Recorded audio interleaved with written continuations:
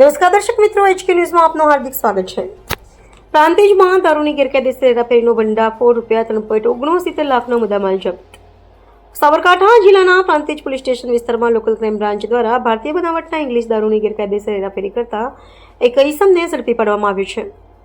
પોલીસે આરોપી પાસેથી દારૂ ભરેલી રેનોલ્ડ ડસ્ટર કાર સહિત કુલ ₹3,69,428નો મુદ્દામાલ કબજે કર્યો છે. LCB police inspector Shri D C Sakrena માર્ગદર્શન હેઠળ ખાસ ટીમ રચવામાં આવી હતી. તારીખ 22/2/2026ના રોજ પ્રાંતિજ વિસ્તારમાં પ્રોહિબિશનના ગુનાઓ અટકાવવા પેટ્રોલિંગ દરમિયાન સ્ટાફને બાતમી મળી હતી કે હિંમતનગરથી અમદાવાદ તરફ એક રેનોલ્ડ ડસ્ટર કારોમાં દારૂ લઈ જવામાં આવી રહ્યો છે.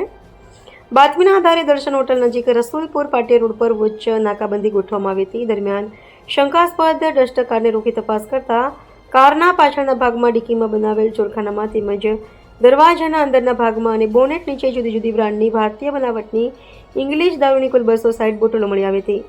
પોલીસે દારૂ તથા વાહન સહિત કુલ ₹3,69,428નો મુદ્દામાલ કબજે કરી આરોપી વિરુદ્ધ પ્રાંતિજ પોલીસ સ્ટેશન ખાતે ગુજરાત પ્રોહિબિશન એક્ટ મુજબ ગુનો નોંધ્યો. HK news Sabarkantha.